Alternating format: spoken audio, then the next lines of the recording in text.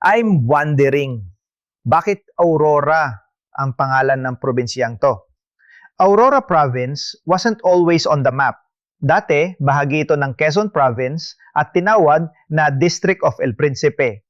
Pero noong 1979, naging independent province na siya at pinanggalanan in honor of Aurora Aragon Quezon, ang beloved wife ni President Manuel L. Quezon.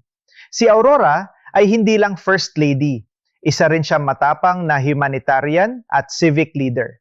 She was known for her work with the Philippine National Red Cross at sa mga outreach programs kahit panahon ng gulo.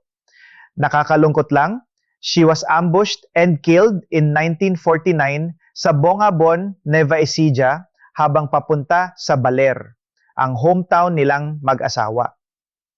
Speaking of Baler, did you know that it's not just a surfing paradise? Dito rin nangyari ang historical Siege of Baler noong 1898 to 1899, isa sa huling chapters ng Spanish colonial rule sa Pinas.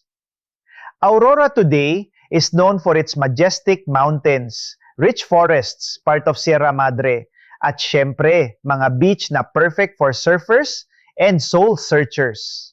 Ikaw ka-wonder, nakarating ka na ba sa Aurora? Anong pinaka hindi mo makakalimutang experience doon? Yung waves ba ng Sabang Beach o yung chill vibes ng Baler?